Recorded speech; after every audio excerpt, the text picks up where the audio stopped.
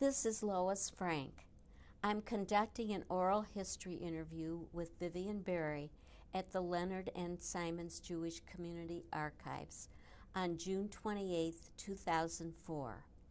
Vivian, do we have permission to use your words and thoughts in the future for educational and historical research and documentation?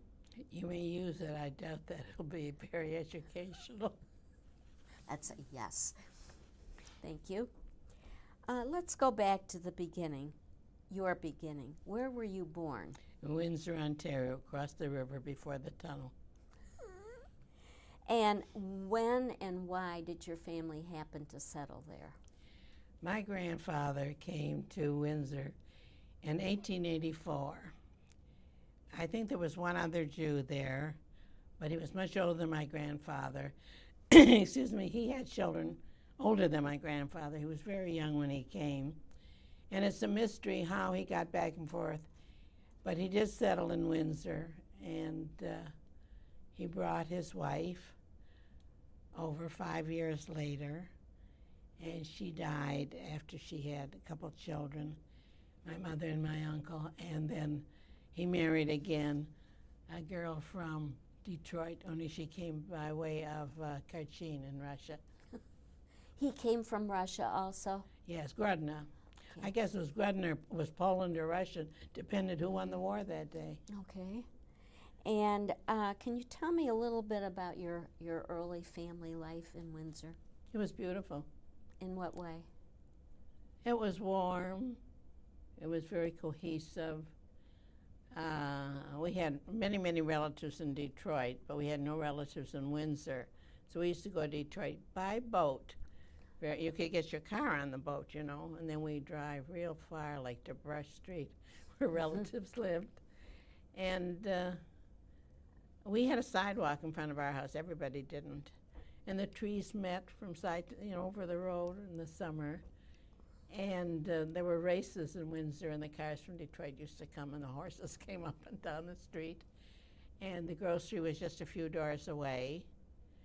And it wasn't a chain. It was just a mama, papa, and a daughter. And my grandfather built the first synagogue there. It was a Talmud Torah. And it was the first, well, there was a little shul that he had started. Then he started a great big one, 2 stories, brick. Wow. And everything was there. The weddings and the cheder. And we had a car, but you usually walked places. And it was a completely Jewish environment. And you knew everybody. Did you mingle with the non-Jewish people also? Well, we were the only Jews in the block. Okay, so that there was... And my grandfather had a business, so all the non-Jews knew him as well. And in fact, my father was the first Jew ever put on, I guess it was called the Rotary Club. And every time he went to a meeting, my mother would say, "Don't get drunk." Other than the Rotary Club, what kind of communal interest did your parents have? The synagogue. My father couldn't be involved in politics. He was often asked to be active. He was a well-educated, very personable, very charming man, and had many friends among the non-Jews. In fact, he was the only Jew who played golf and belonged to the so-called golf club. And he was asked to run for office, but unfortunately, my father was born in Chicago, and he would not relinquish his American citizenship. And in those days, the wife became a citizen of the country of which her husband was a citizen. So my mother was no longer a Canadian citizen, she was an American citizen. And I don't think it bothered her too much, except when it was election time. Suddenly I don't know that she has such a great civic interest, but suddenly she wanted to vote and she couldn't because she was American. Which made it very easy for me because I was an American citizen from the day I was born. Now, other than the synagogue, were they active? Were there any other Jewish organizations in Windsor? My mother started Hadassah.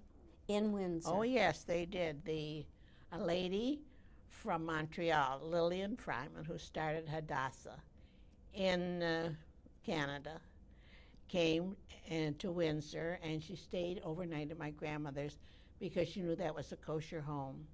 And they had the first meeting of Hadassah. And I was very young, maybe 6 or 7. But do you want to hear a funny story? Sure. When I was way past 6 or 7, I was in Palm Beach. And we were at a dinner party, and there was a man there by the name of Fryman, which is not such a common name.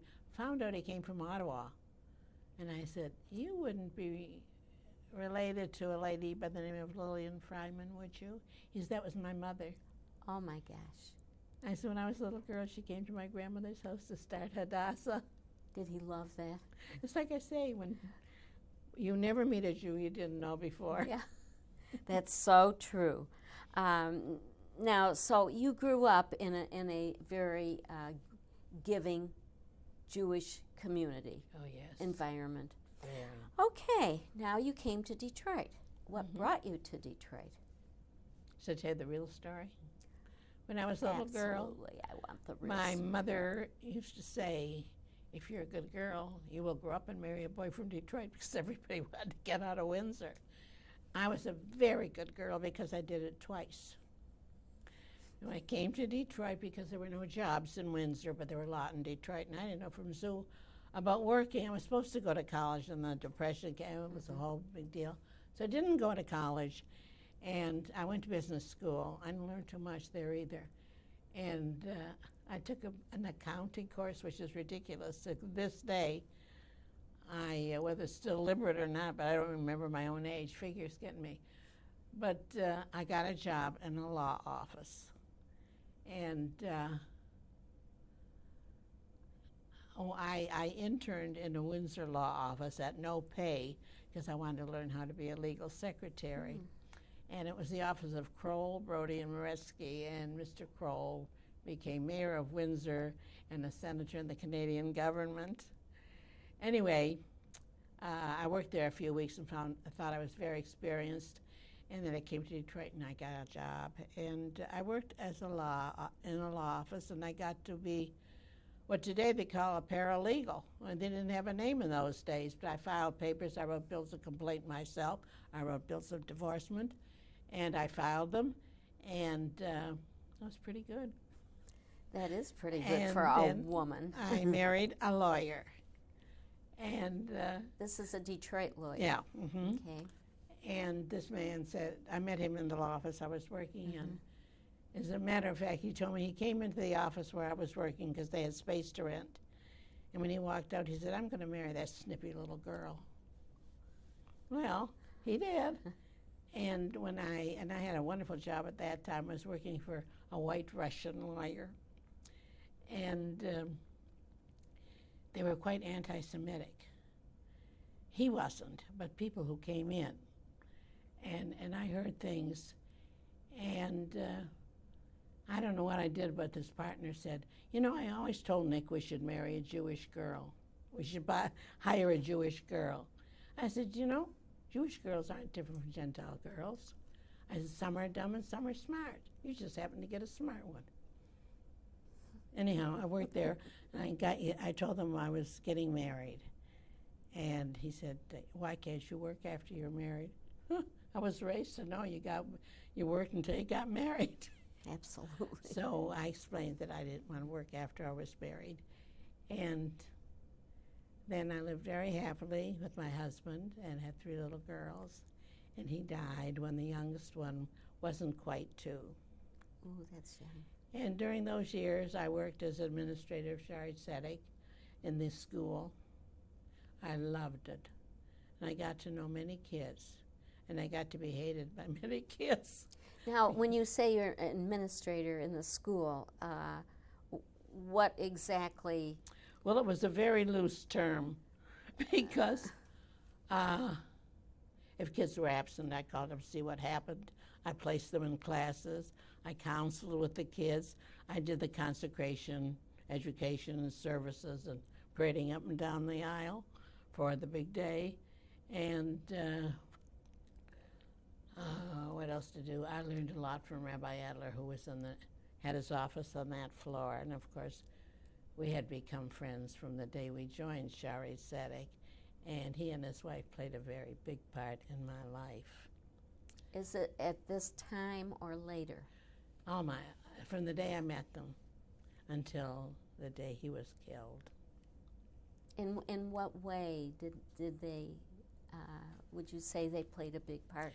Well, I attended a lot of his classes, and I became certainly better educated Jewishly, because the only Jewish education I had was what I learned in my house. Mm-hmm. But I don't know how much I learned. I was taught a lot by that man, and simply by his living. He was a man of absolutely complete integrity. His morals were superb.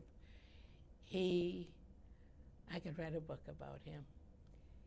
He had a great sense of humor. Once it was very funny. In his sermon, he said something very funny, and I was the only one that laughed.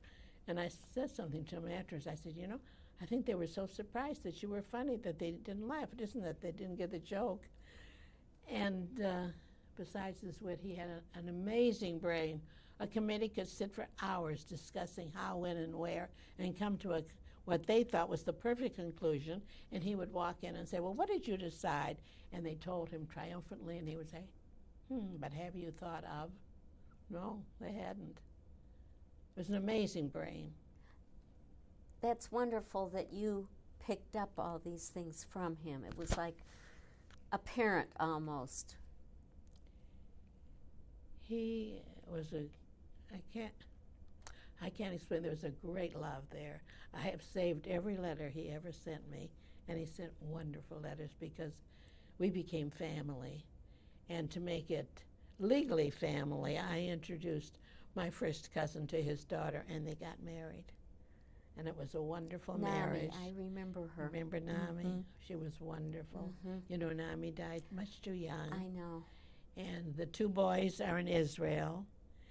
And when I spoke to them, I speak to them frequently on the phone. And when all this started with the bombing and the suicide, I asked, had you thought of coming back to America? And the wives of one of them said, what, and give up our dream? So he really entered your life at a very important time. He made a great time. influence on me. You met your husband, your second husband, Louis Berry, yes, at Shaarey Zedek, I understand. Yes, I met him. He was president of he was one of the officers of the synagogue, excuse me, and I was president of the Sisterhood. When I was president of the Sisterhood, I think I was 30. I was the youngest president they ever had. And I would meet him at the board meetings. And I thought, boy, some smart guy, And then through my work, I had to talk to him very often. I got to know him very well. And then after his wife died, he invited me out. And of course I accepted. That's stupid. And it was a wonderful evening. And he said to me, you're very funny. You've got a sense of humor. And I said, nah. And he said, I laughed so much it was like being out with the fellows. And for 24 hours I agonized, was that a joke or a compliment? Apparently it was a compliment. So you were actually, what I want to ask you is, what motivated you to get going in the Jewish community, to become a part of it? I never stopped. Was it this? I started when I was in Hadassah in Windsor at 16. My mother and my grandmother were at Hadassah. And I kept on going, and when I moved to Detroit, the first thing I did is I was asked to join American Jewish Congress, and I did. And I like to think I put the Jewish back in the American Jewish Congress, because they had a luncheon, and at that time I was extremely observant, and I did not eat non-kosher. And I went to the first big meeting, and there was only chicken. And then there was a board meeting, and they were talking about the rights of people. And our rights as Jews cannot be denied as American citizens. And I said, I'd like to say something. You are denying my rights. How can you fight for other people's? I said, well, I came to a meeting, and you didn't give me the right to choose not to eat non-kosher. I went without lunch.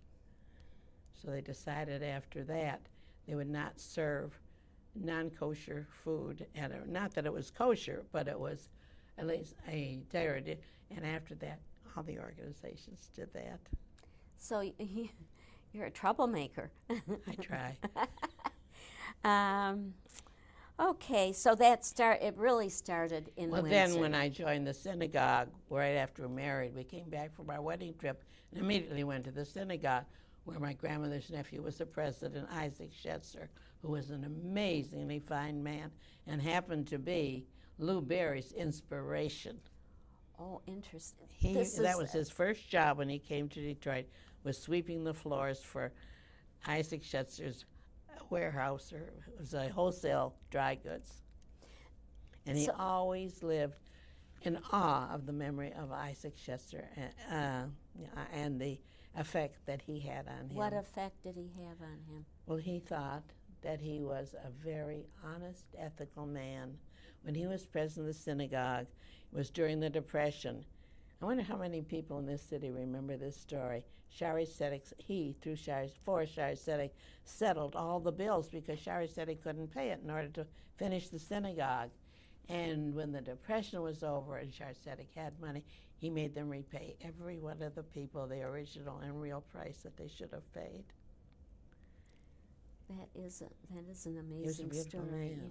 It's interesting how you both have met people who've inspired you and changed your lives. Yeah, it's true that we were easily influenced by good people.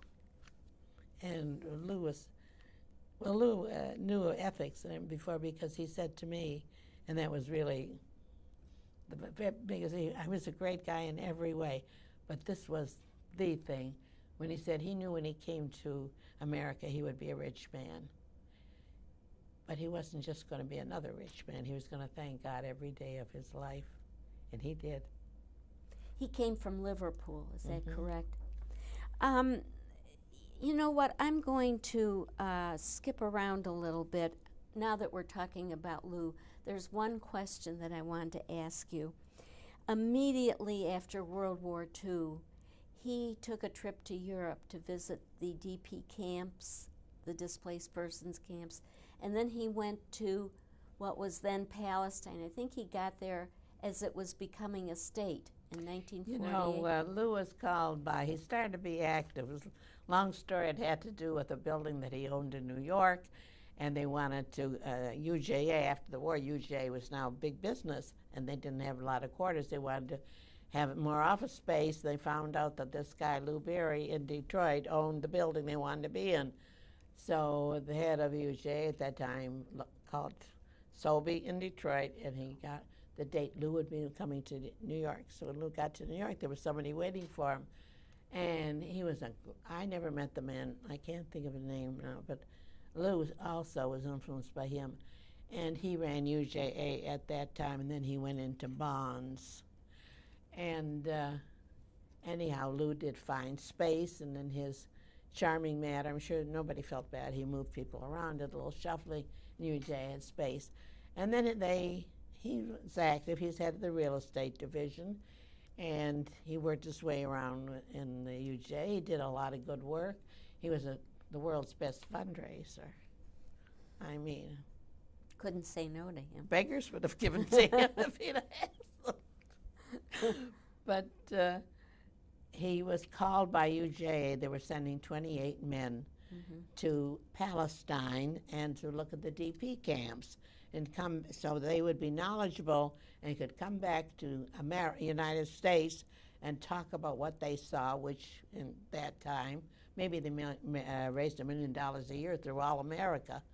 Anyway, he was asked to join, and it was an honor to be asked to join this group. They were the outstanding Jewish leaders in the United States, where there wasn't as much to lead at that time.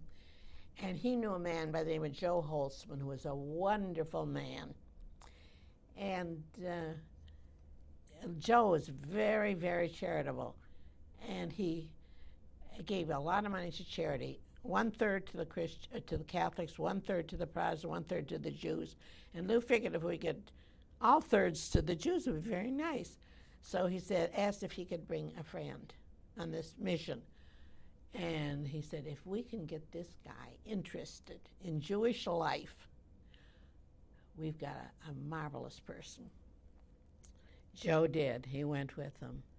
And Joe became a leader in UJA. He was a great man. And he and Lou had an amazingly good friendship. In fact, when Joe died, Lou spoke at his funeral, Lou of a rabbi. And Julie Levy at that time said, if you have Lou Honigman. Berry, well, she was Honigman Levy. Yeah, she was Honigman Levy. She said, if you have Lou Berry for a friend, you don't need any more.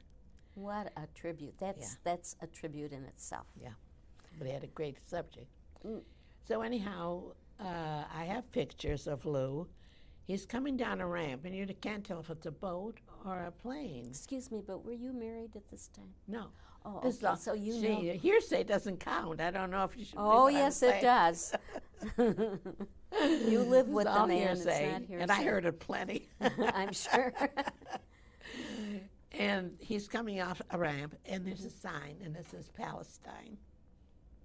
And he went through the DP camps. And when I was in Florida last year, you know, since I was president of the Sisterhood at Shaarey Zedek, I learned to read obituaries because you had to make condolence calls if you're president. So I never stopped reading obituaries. And there was an obituary of a man, and it said that he was a survivor of the Holocaust. And he had met a man from Detroit in Palestine. His name was Lou Berry. And the man said, when I saw Lou Berry, read the whole thing, and he said, you work hard and you come to America or Israel, you call me. He said, I drove a taxi and I'll see that you are taken care of. He says, when my father came to him, the daughter is saying when he came to America, he got in touch with Lou Berry and he set him up. I got chills, goosebumps. You know, but the good deeds of men lived after them. Yes. True. Yes, and we need to know that, and we need to record it. Yeah. And that's what you're doing. That's wonderful. He was an amazing man. How do you think that this changed his life? Did it? Did this trip change his life? No, maybe an interest, but not his life, because he was always compassionate. You just don't get compassionate from meeting somebody. You have to be born with a compassion, with a sensitivity for other people's feelings. That he was born with. Didn't have to go to college. You know, he never went to high school. He had it. Brilliant at mathematics. He learned like that. You would have thought you were talking to a Princeton graduate. Wonderful. He might have made mistakes in grammar. He never made mistakes in judgment. Well, which is more important? I was extremely fortunate. You both were. Yes, I told him once we were having an argument, our first, and I looked at him in amazement. I said, you know what? We deserve each other. Oh, it sounds like you added to each other's lives. Now, after you have many organizations that you belong to and were very active in. I'd like to go through them and have you talk about them. You were one of the founders of the Women's League of the Jewish Theological Seminary. Is this correct? That's not correct. I was one of the founders of the Michigan branch. There were many branches at that time, and Detroit was getting bigger, and Michigan was getting bigger. So they decided that we should break off from Illinois and start our own branch. But I was not the instigator. It was Ethel Robinson, Sadie Spevico of blessed memory, who were the ones who went to the national meetings and learned. And then I was fresh material. I was president of the Sisterhood. I was young at the time. And I was, in those days, I was kind of smart. So they got hold of me, and the three of us, we worked on it, and we became, and I was pro tem until they had an election.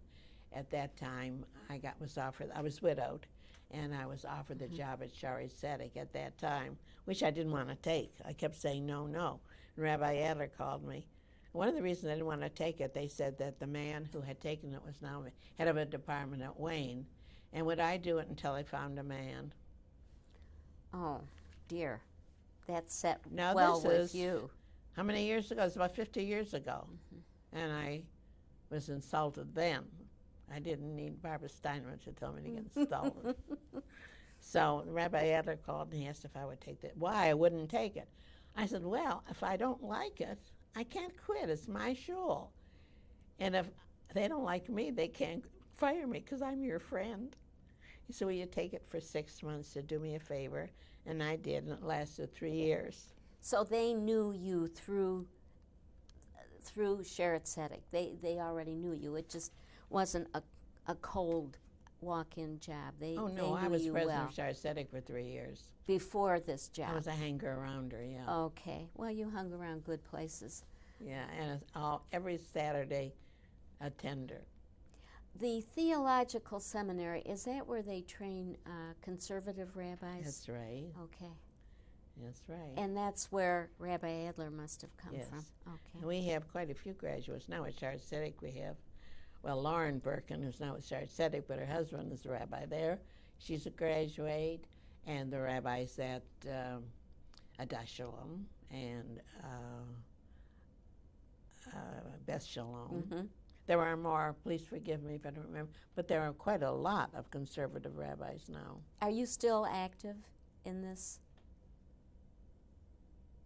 I'm in the complaint department. Well, that I would call active. Well, I go to synagogue Mm-hmm. when I'm here, and I go to synagogue in Florida where there's also a conservative synagogue. Now, you were chairman of Israel Bond Functions. Was I? I don't remember. I guess I was. That's what it says here. Well, Did you do this? I guess I was, yeah. Did you Yeah, do I this was. with Lou or just It independent? was before I was married to Lou. Okay. Or was it? I told you I was rotten with numbers. No, I was married to Lou then. I did chair a couple of things, and I was awarded something, honors. From the Israel Bonds? Yeah, about 3 years ago, I was honored again by Israel Bonds. What kind of honors did you get? Just verbal? No, it was called the Golda Meir Award. How nice. Yes, I had met Golda Meir. You did meet her. Yes, I did. Lou was on the national board of Weizmann Institute. He was on many national boards. And they had a cocktail party. They had about 200,000 people on the head. All the brains in the scientific world sat at the head table, and all the big fundraisers sat at the head table, all the big brains. And Lou sat there, and I sat out there with medium brains. And but the table guests had a different cocktail party because there were 1,000 people there. And there was a smaller group. And I was talking to the then national president of UJA, and I felt a tap on my shoulder. And someone said, "Dear, I want you to meet a friend of mine." And I turned, and I was face to face with Golda Meir. And what a wonderful experience. I was spellbound. And I couldn't think of a thing to say. I and don't I said believe something that. so dumb. I said, "Yeah, I believe it." I said, "May I kiss the hem of your dress?" And she put her arms around me, and she kissed me. She said, "Oh, Lo." And she smiled, and she kissed me. Oh, she was a really a special person. She was really a role model. You know, she was honored at a dinner in New York, and we were there, and she spoke, and she said something about when Ben-Gurion took her to a meeting with de Gaulle in France, and he introduced her, and he says, "Golda's the best man on in my cabinet." And she said, he thought that was a compliment. Well, One amazing woman. yes, yes. And I saw Golda's balcony last week in New York. What is that? That's a one-man show with Tova Feldshuh, where she plays the life of Golda Meir in one act, but she talks about her beginnings all the way. She gives you an autobiography there on the stage, which is done in a dramatic, poignant, whimsical, right on to Broadway. And it's not that easy to get a ticket either. Oh, it's And at the last scene, and I asked somebody if this happened when she was there, When Golda was through, everybody rose. You know, you see in a theater, this one gets up and then finally followed, and then everybody got up. It was like a wave of people rising and admiration and sentimentality. It was a wonderful reaction. Did Lou have much? Oh, he knew Golda Meir. He had yes, a he knew her relationship well. with her. He knew Teddy Kollek when he was a runner for Ben Gurion. When Lou and I took our first trip together to Israel, we were having dinner, and Ben Gurion's secretary was sitting there. She saw Lou, recognized him immediately. Before she came to say hello, she went to the phone, called Ben Gurion, and he said, "Put flowers on their table." And she ordered flowers, and they were sent up. So you, both of you, had a deep connection to Israel. Oh, yes. I went to Israel before I ever heard of Lou Berry. Really? No, I didn't know Lou. Of course I did. Okay. For what purpose? Just to visit? Or? No, I went on a, it wasn't a mission. It was a tour. It was a guided tour. They went to Europe for 2 weeks, and then 2 weeks in Israel. And what was your impression then? Oh, I was bowled over. I was the point that I saw the things they had done, all the miracles, and someone said to me, "This is the Hebrew University. Last year we didn't have it. Would you believe we did it in 1 year?" I said, "I'd believe you if you said it wasn't there yesterday." I mean, I was accepting all kinds of miracles. It was amazing. I knew a smattering of Hebrew, and I smattered it a little bit. And it was very funny. There was a guy there who was he taught Hebrew to bar mitzvahs, and he couldn't even speak Hebrew. When I heard him tell somebody that, she said, how do you say, "I remember" in Hebrew? And he said, I need a card. I need a card. And I couldn't help it. I said, "Zacharti."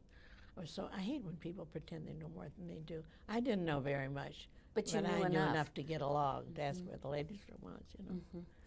And but I spoke to some of the people, but the people were so kind.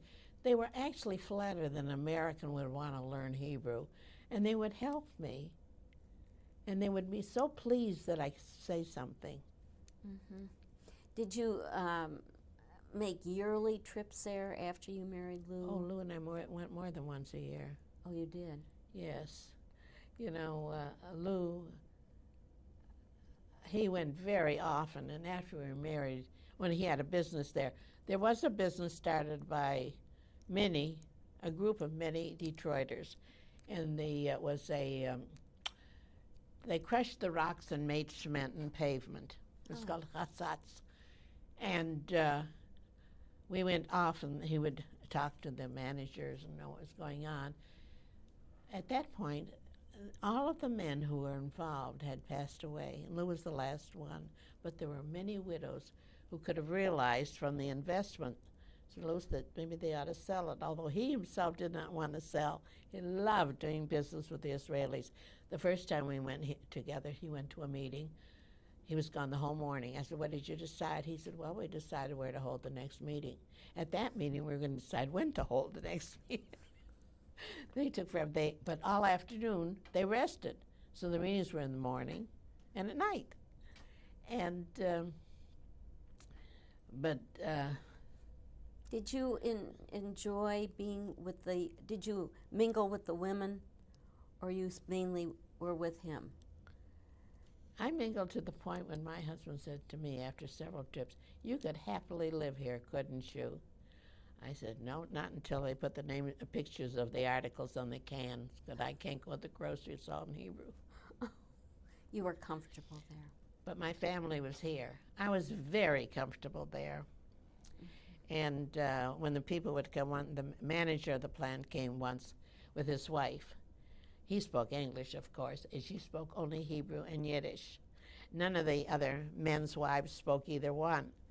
So when I spoke to her in a mixture of Hebrew and Yiddish, they thought I was talking Hebrew. I wasn't talking that good Hebrew. But we got along very well. We became very good friends. And I made several friends over there. And but then anyhow, then they had to sell the place. He wanted the women to get the money out of it, and he took care of the whole deal. And he could speak Yiddish, and he went over with the I think it was Joe. No, it wasn't Joe Holst. It was somebody, and they would talk in Yiddish, and Lou would They would talk Hebrew. The Hebrew guy would the Yiddish guy would translate the Hebrew to Yiddish. Lou understood and would say it in English to Joe Holst, I guess it was. So finally, they had a guy who spoke English, and he said to Lou, when Lou wanted to sell it to this company, he said to Lou, "You want too much money." So he turned to Joe and said, "I feel too viel Geld." No, He okay. translated it to Yiddish. Oh. There were many funny stories. There were many sad stories. I said, when you're in Israel, you either laugh or cry. There's no in between. But it sounds like you really I loved everything about it. You felt it. Went back about 9 or 10 times. My son-in-law, Michael Felder, was leading a mission to Israel. And his daughter, who was 9 years old, said to the mother, "How many times has Daddy been to Israel?" And my daughter said, "About 12 times." She said, "Ooh, that's a lot. How many times have you been?" She said, "I've been 14 times. "Ooh, that's a lot." So Marcy said, "That's so much. It was Joe Jack here, has been to Israel 80 times. And she said, "Oh, that's a lot." But so Marcy said, "Yes, but Papa, Lou Berry, Papa was there before it was Israel." So her 9-year-old daughter turned to her brother and said, "That's when it was Canaan." Product of Hillel Day School. Oh, what a legacy he left. Yes. Can we go back to you and your interest in the community a little bit? Not as interesting as Lou was. Well, let's say you did a wonderful job, and you're still doing, I'm sure. You were vice president of the women's division of the UJA. Yes, I was. And I couldn't take it a third term, because if I did, I would tacitly say I'm available for the presidency. But at that time, Lou wanted to spend winters in Florida, and you don't be president of women's division unless you are president here in Detroit. So I only took it for the 1 year, I guess. How did you find that? Was it gratifying to you? Oh, yes, I loved it. I loved it. I did programming, and it was fun. And the American Jewish Congress, of course. Yeah, I was very, very active there a couple of And years. Sinai Hospital Guild. Yeah, I was the vice president of program, and I thought I was taking it for 1 year, but when I found it was 3 years, I can't evolve. I had too many things to do to say, yes, I will be doing this for 3 years, so I resigned after the first year as vice president. At that point, were you going to Palm Beach in the winter? Now, you became very active in Palm Beach. You just didn't sit there, did you? Oh, no. See, I don't sit in the sun. Well, Palm Beach was lucky you didn't. Tell me what activities. Well, I got active in UJA. Marge Fisher called me once and said, they're having a meeting of United Jewish Appeal. I'd like you to come. I said, Marge, I gave in Detroit. I'm not giving any more. She said, no, what you gave in Detroit is what you announced here. So I went, and I found out they weren't such big givers, these people. Oh. And then I found out a little more, and I found out that the reason they had even started something like that was they were all New Yorkers. And New York women weren't giving. Their husbands were giving, but you could get an apartment. You had to go through a doorman, so they announced you, they're not going to let you up. So the women didn't give at Palm Beach. Mrs. Jones is giving that. I'll give twice as much. Oops, Mrs. Jones. That kind of psychology. Or mentality. Anyway, they invited me to a board meeting. That was funny. They had such dumb ideas. And I'm listening. I said, well, had you thought of doing? And they said, next. And then they had something else. I thought was kind of so, and not sophisticated. And then I said, well, had you thought of? And then, so finally I said, you know, I got to say something. You don't even know how to fundraise. You don't know. You're not trying. You're not doing the right things. I said, I gave you 3 marvelous ideas. You think I made them up? I'm not that smart. These are tried and true methods they use in Detroit. Detroit is top of UJ and any other fundraising group, and you do well to learn from Detroit. And the chairman turned to the pro, Michelle Phelps, a hotel, I forget it, Sheridan. And I knew it was a hotel name. And she said, Michelle, is that true? And she said, yes, Vivian's right. They far surpass you in Detroit. So I worked myself right onto the board without trying. And the next thing I knew, I was a vice chairman. That was fun. I got to introduce all the big shots who came. Who came to Palm Beach, Yeah. sure. Once we had Senator Stolars came, or Congressman Stolars. He was supposed to come for lunch. And we got a call, he's in the House. I mean, House of Representatives. And we kept calling. It's like, finally, he didn't come until after lunch. And I said, well, we had 2, one a national chair in women's division, one a past chairman. So with these 2 women, they can talk until he comes. So they did, and he finally came in. And then they said, would you introduce him? So I got up and I said, I wrote a very lengthy and very interesting bio of the congressman. And if he'd have wanted me to read it to you, he'd have taken an earlier plane. And that was all he said. So it was fun and very interesting because I would never introduce anybody I hadn't met personally. So I met them all and took them all for lunch. That's a very good philosophy. Yeah, I got one man, this is really funny. We didn't know if he was Jewish or not. It was not a Jewish name, and he was a well-known writer and speaker. And I had lunch with him, and how am I going to find out if he's Jewish? So, I said something about Hadassah. I brought it up. Something about Hadassah. I said, that's a Jewish women's organization. He said, I should know. My mother was a president in the South. So when I introduced him, I didn't say he's Jewish. I just introduced him, and when I was through, as I'm leaving, everybody is... So I said, pardon me. I said, I didn't finish. I said, whatever his name was, I didn't finish my introduction. I forgot to tell you that his mother was a Hadassah president. Oh. That made him very happy. So it was fun. You're a people person, so that was good for you. Did you do anything else in Palm Beach community-wise? Yes, I was on the Commission for Jewish Education for the... Palm Beach is a wonderful county, and West Palm Beach is an amazing city. It has a vibrant Jewish population, and... full-time, or is this part-time? What do you mean? Are these people just full-time people? Or are they snowbirds? Snowbirds, okay. No, they have a permanent residential population that's wonderful. The president of the synagogue he's no longer president. He was an outstanding young man who came from Detroit, Marvin Rosen. And Marvin was president of the young people at Shaarey Zedek. He was an outstanding student. He went to the seminary. At the same time, he was going to NYU, and he became a lawyer. And he had opened an office in Florida, and he's very successful, but he's a very giving and brilliant man.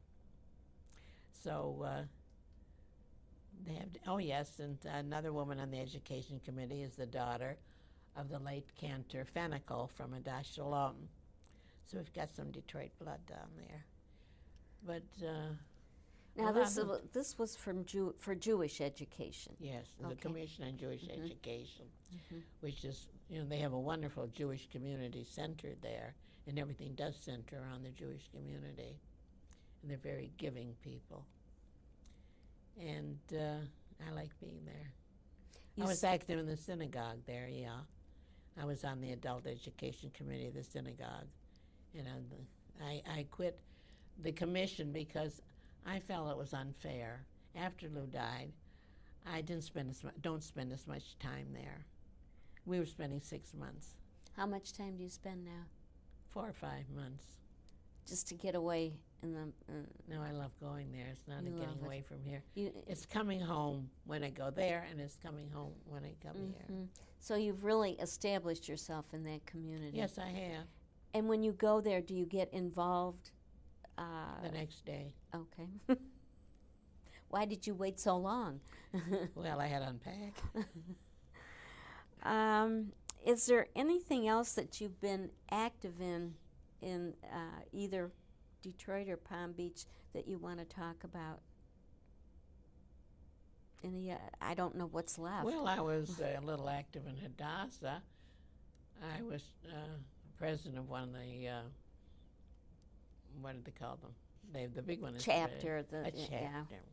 Yeah, I believe very much in Hadassah. I'm financially active in the all their fundraisings. Okay. And is there any place else in the Oh, I was active in Weizmann Institute, and then they did a terrible thing. They started having their board meetings at 8 o'clock in the morning. Oh. I didn't. That's a no-no. I wouldn't get tapped on the shoulder by the Queen of England. Do you still go to Israel? Or I haven't been for 3 or 4 years. Our last trip was with my 3 daughters, and it was a wonderful trip. Oh, I have 2 cousins living there, Rabbi Adler's grandsons, Benstein boys, and I have no friends there anymore. Oh, yeah, I do. I have a few, yeah. But not, they've mostly disappeared, gone by the wayside, unfortunately. Is there any place else in the world that your Jewish travels have taken you? That you've traveled for the sake of exploring Did anybody Judaism? pay my way to go with them for a Jewish cause? No, I just paid my own way. No, Israel was not a job. It was it was a joy, and go there with my 3 daughters was wonderful. And it was one daughter would say, "Isn't this too much for you? Are you tired?" And the other daughter would say, "Come on, Mom, let's climb that hill." So I had the best of 2 worlds. I'd like to know about your family. I have 3 daughters that I had, and I have a daughter and a son that Lou had. Okay. And we have melded very well. Louis used to say at the wedding, if our marriage didn't last, he had custody of my daughters. Oh. You want to tell me about your daughters a little bit? The oldest one is Joan. She's divorced. She has 3 children. One is a doctor here in Detroit. One is in California writing, and the other one is in New York doing dress designing. How interesting. She's very good. She's 26. She's very chic. Of course, I think looks like a pile of rags. I'm embarrassed to be seen by her, except we go in and start there. "Oh, are you stunning?" To me, it's not stunning. Nothing matches. Plaits and checks and stripes together. But this is stunning by them. Okay. Do This you is what she visit did. her? I just saw her last week. I took her with us when we went to see Gold's Balcony. And she's a wonderful girl and completely kosher. Not that that is some of a person, but she does observe to a point. And my second daughter is Barbara, married to Dr. Stephen Morris, and they're good people.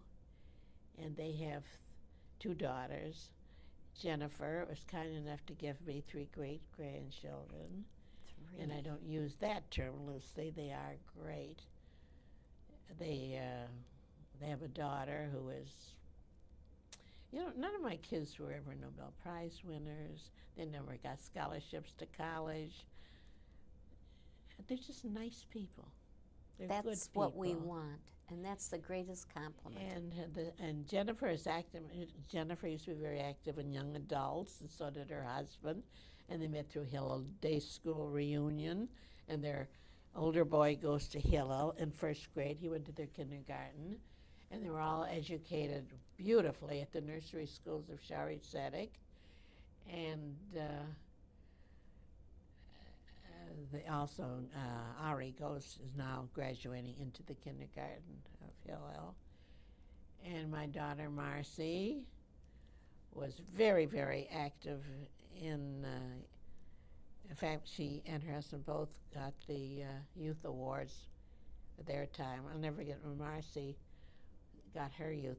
We were at luncheon of the Board of Governors, and it was the Sylvia Simons Award, and Michael got the award for men.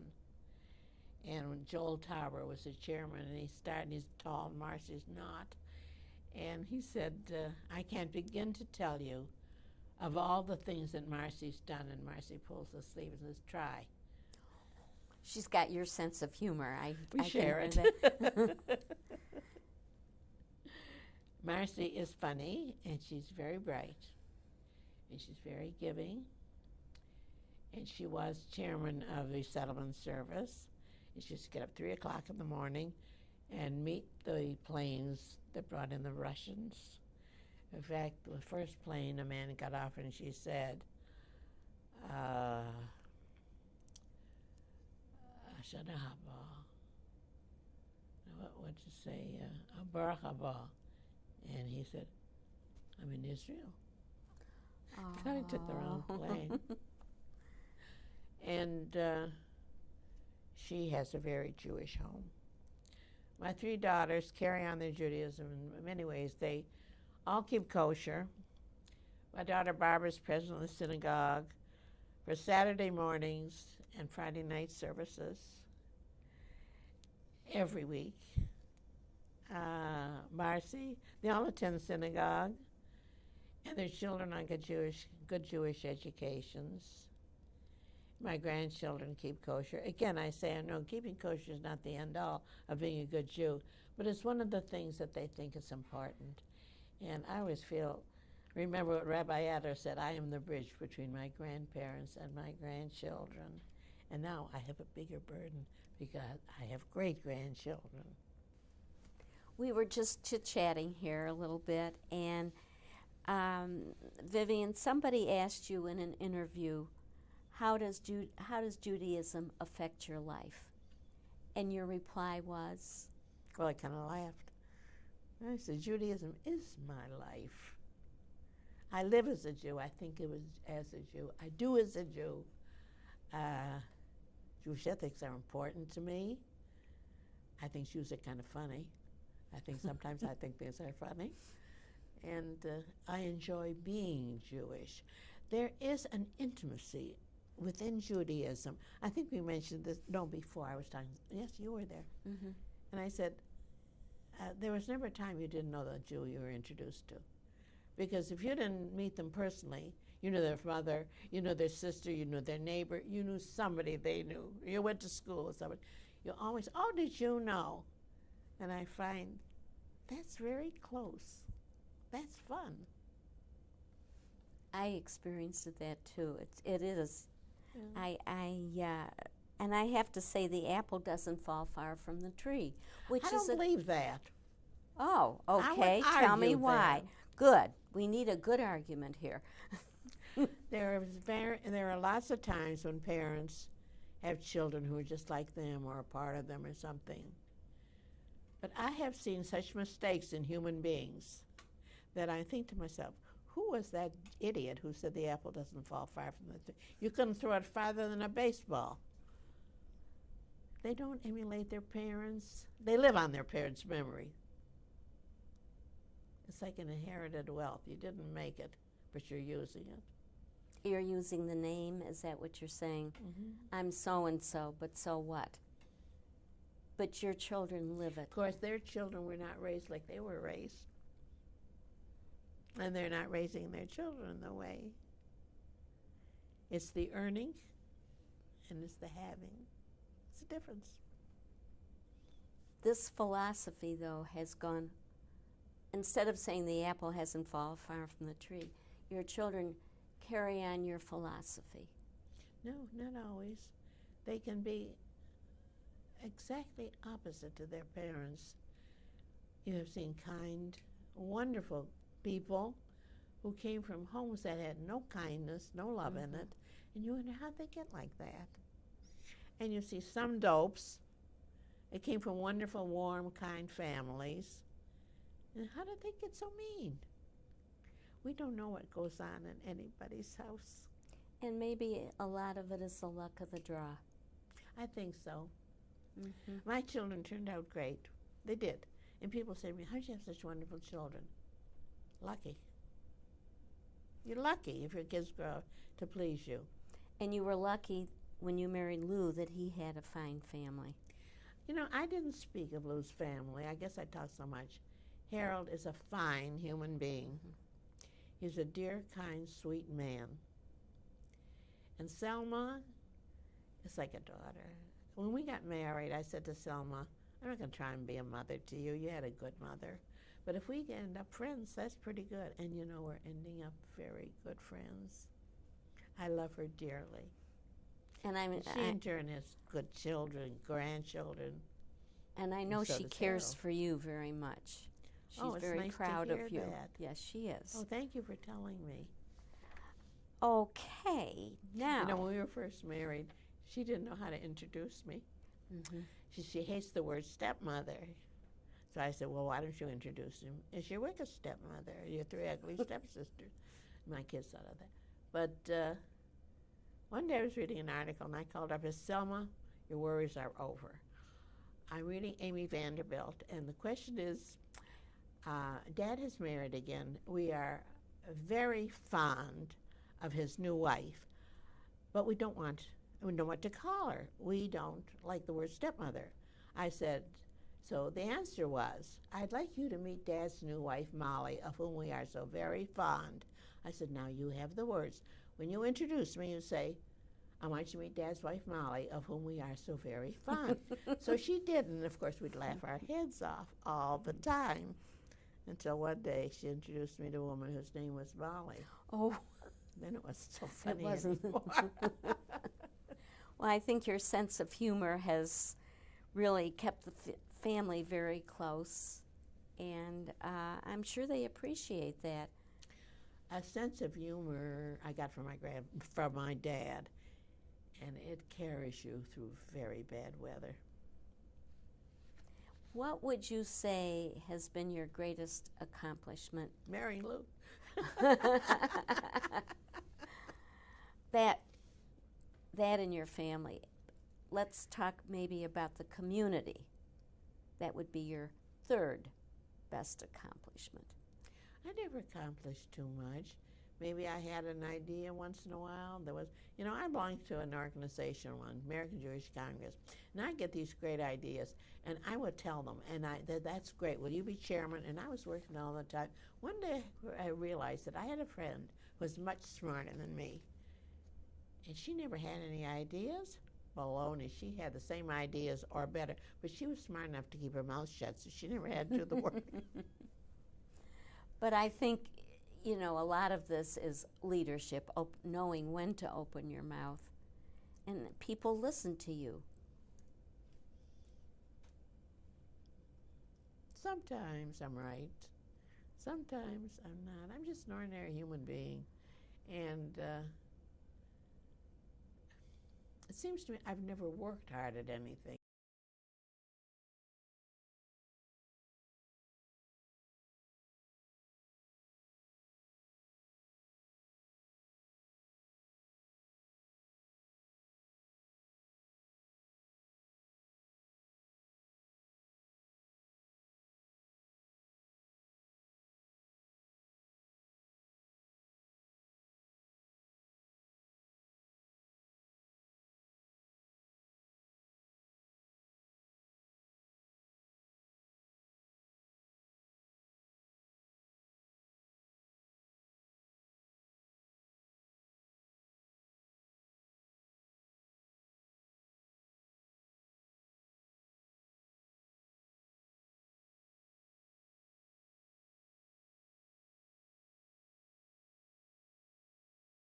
Everything's come kind of easy.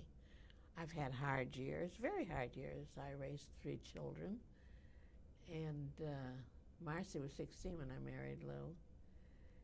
But, well, I say, if you have a sense of humor and a sense of you have to face reality. Life is not a dream. And if you can do that, you get by. Now, the role of the volunteer, especially the woman volunteer, has changed over the years. What would you say the biggest change has been? That there are less young women free to join organizations today. There are so many women out in the field working with good jobs, with good careers, and with help in the house. They don't have time for an organization. I think every organization is looking for not new material, but young material. It's hard to find a young person as, I'm going to get married and join Hadassah. Mm-hmm. That's what we did as young women. You did that. Mm-hmm. That was the thing you were going to do when you got married. Your mother did it. Your mother sure did it. I loved your mother. She was a grand lady, yes. Terrific. Yes. She was a president of UJA, of Women's Division. Yes. In fact, Selma and I were talking about that today. Oh. And I said that's why I finished my education and taught school. Your mother did? I wanted to work, and my mother, in her day, didn't do that. It was unheard of. A woman might help her husband in his business or in his office, but that's as far as it went. Mm-hmm. And that's how she used her abilities. And many women in her generation that did was the that. norm. And even in my generation, we were just starting to go back to college to finish our education. But still in my generation, there are many people active that did a good job. But it is changing. Do you think it'll come full circle? I wouldn't even say any hope. I don't know, hope it should or hope it shouldn't. Because why shouldn't a woman express herself and go into the field and show that she's capable of using their talents? Mostly Jewish organizations, unless it is organized for the sole purpose of education, which many, Hadassah has education, Federation has many education classes. They're fundraisers because the money is needed. So what do you think the prognosis is? I just hope there'll be peace in the world, that people can, with free heads and free hearts, decide what they want to do. Now, 1967 was a pivotal year in the community in Detroit. This is when the riots were, and they had to make a decision about the Jewish Community Center. Did this have any effect on you? The riots or the... No. Because I lived right across the street from the riots. From our back bedroom windows, we could see the flares coming from Livernois. So it did have an effect on you? Oh, yes. I didn't want... Lou drove a convertible. Oh, dear. But he was never afraid of anything. Did you... I think he stayed home for a day, maybe. Did you move? Because of the riot? Yes. No. We moved because my daughters played a dirty trick on Lou. They all got married. And here we're stuck in this big house. And we knew we had to move. So we started looking for places, and that's why we moved when we did. Were you aware of any change in the community after 1967? Our whole neighborhood changed. Mm-hmm. There were no Jews left. We were the last Jews left in the neighborhood. And everybody you knew lived across the street from me. No, they had gone by that time. No, we did not move because of color or race or neighbors. We moved because the house was too darn big. Now, you say that you knew everybody there. Do you feel at this time that the Jewish community spread out? No question. Oh, yes, my goodness. Because I don't feel that there's that. Well, you're young. You haven't seen this yet. But I told you, like, we used to come to Detroit and go visit my relatives on Brush Street. And then we visited them on Buena Vista. And then, of course, by this time I'm in Detroit. And now it's past 7 Mile Road. And now I'm living just south of Maple. So well, of course, there's more people, and it has spread out. But the Jewish community has spread. It's always spread, but it was never Jewish. We found out how spread it was during the 6-Day War, and I went down to volunteer for bonds. I typed, I hope they got their bonds. And people came to buy bonds who had never admitted they were Jewish. They lived in Grosse Pointe, they lived here, no Jewish neighborhood. Suddenly dawned on them they were Jewish. They never lived or acted as Jews, but they were. But now we have Jewish communities every place. There are pockets of Jews all over. I live in an area of, I think there's 20, it's called Franklin Colony Club there, it's a cluster home. And I think there are 28, I'm not sure. Maybe there are 2 or 3 non-Jews. So you still have that feeling of being with a family, a Jewish family. I know a lot of the neighbors. Some I don't. Some have Diane Hauser, lifelong friend. Beryl Winkleman, lifelong friend. But we're spread out. It's. I think we feel. This is a ridiculous statement. Safer among our own. Is that why we cling together? Yes. That's a very good description, because I can remember sitting in Israel. I don't know where we were. We were down by a lake. I can't remember right now. And I let out with an oi. And I look up and I go, oh! And whatever that means. I said, oh, it's okay. It's okay. And I think you're right. I think the comfort level is good.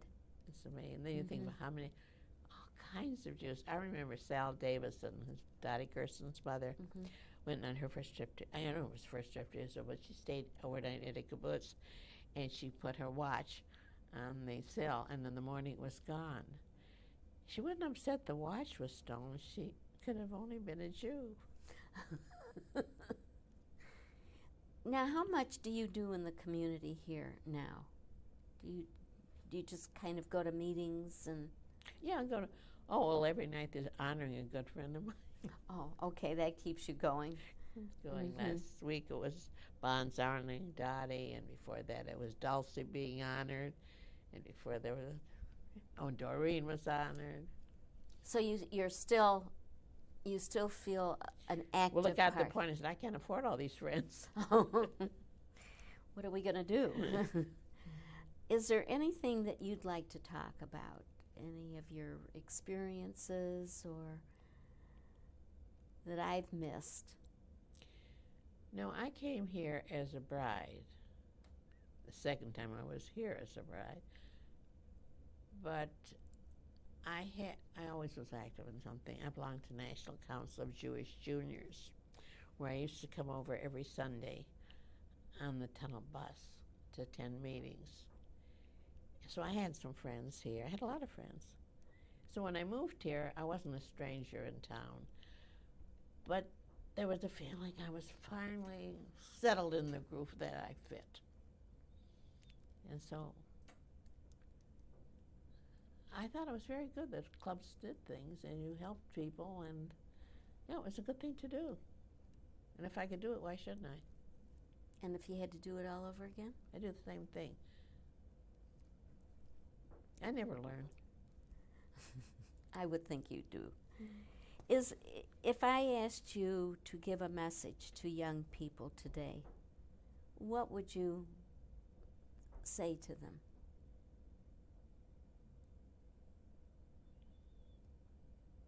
You know, that's a hard question, because you say to young people, you mean Jewish young people? Or Let's say Jewish you mean the young world young people? Let's not do the whole world. Let's just stick to Jewish. To me, being Jewish, as I said before, I reiterate, I like being Jewish. When I read that some actor who's had 5 non-Jewish wives is a Jew, so what? He's not living as a Jew. I mean a Jew who identifies as a Jew, who gives as a Jew, who studies what Judaism is all about, who not just fight for human rights, my right to be an American, my right. Sure, we fight for our rights, but how about giving a little time to fight for the future of Judaism, which is disappearing? We have so much intermarriage, and we have so many people who are Jewish because they belong to a Jewish country club. And they're not raising their children Jewish. And I'm not talking about being a Lubavitcher or being an Orthodox Jew, because I'm not. So, of course, if it's good for me, it's good for America. Remember that cartoon, Bull Moose? But to be pleasantly Jewish, to enjoy being Jewish, to want to carry on, to go by the ethics. And I know there are Jews who do not believe in religion, but they believe in Jewish culture. That's good too, but it's not enough. You can't pass on your culture. You can pass on your Judaism. You can send them to all the art schools in the world, the music schools. But you have to make them a Jew. And for the future, I hope you'll want to be Jewish, an educated Jew, do good, live ethically, in a world at peace. Amen. Thank you very much, Vivian. This has just been a marvelous experience for me, and I know that others will benefit by your words. Well, I enjoyed being here. Who doesn't like to talk about themselves? I don't know. Thank you. Thank you. That